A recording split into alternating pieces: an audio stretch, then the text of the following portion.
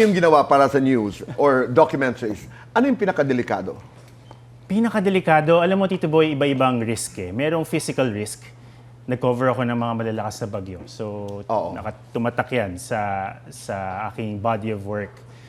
Pero meron ding mga topics na delikado dahil may mga binabaga kang mga makapangyarihan.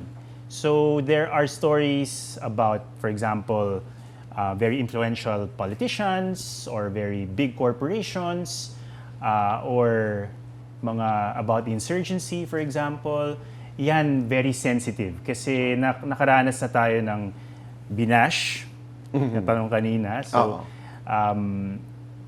you understand it's part of the territory. But of course, minsan nakakatakot din. Lalo Okay. kapag talagang consistent at tuloy-tuloy. Ito talagang napaka-interesante yung pag-usapan ngayon. Kasi halimbawa, napapagitna tayo dito sa lahat nitong mga investigasyon mula sa ICI, Blue Ribbon Committee, committee dati sa Kongreso. Lahat-lahat ng ito, it's so noisy, it's so chaotic out there.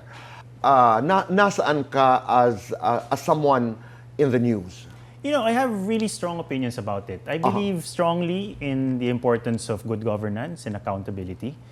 Hindi naman deniable eh. It's out there na talagang grabe ang korupsyon. Bilyong-bilyong piso ang pinag-uusapan at ang pinaka-nakalulungkot, latest lang ito sa mahabang kasaysayan natin na merong mga expose tapos wala naman nangyayari.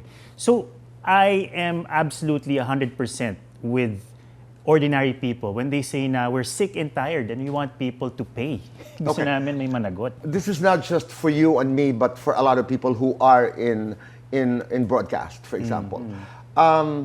Habang naghahanap ka ng ebidensya, habang naghahanap tayo ng mga katibayan, we make certain opinions. We have our own opinions based on many things. Pagdating sa trabaho, paano ang balanse, in your opinion, doon sa klarong-klaro naman, naniniwala ka na itong taong to magnanakaw at mandarambong, tapos biglang nakakaharap mo, and you actually give airtime and you're trying to be fair. Is that possible? I think it's possible.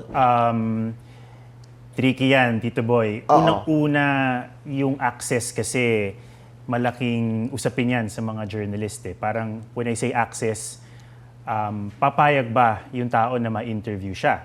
No? Kung alam nung Or kung i-interviewin... hindi man, abogado o di kaya kakampi noong taong involved. Yun na nga, parang halimbawa kung alam nung i-interviewin na itong reporter na to, will ask tough questions, will be adversarial, baka sabihin niya, wag na lang. Okay. Pero at the same time, hindi naman pwedeng mag-pull ka ng punches kasi you owe it to the public to ask the questions they want to ask. So yes, kung ang meron ka palang ay akusasyon, itanong mo sa kanya yung mga akusasyon na yun. Pero kung meron ka ng ebidensya, merong nagsalita, halimbawa, merong document, merong litrato, kailangan mong ihapag sa kanila yun. Right. At hindi mo lang pwedeng tanggapin na blanket denial. You have to be to be diligent about those things.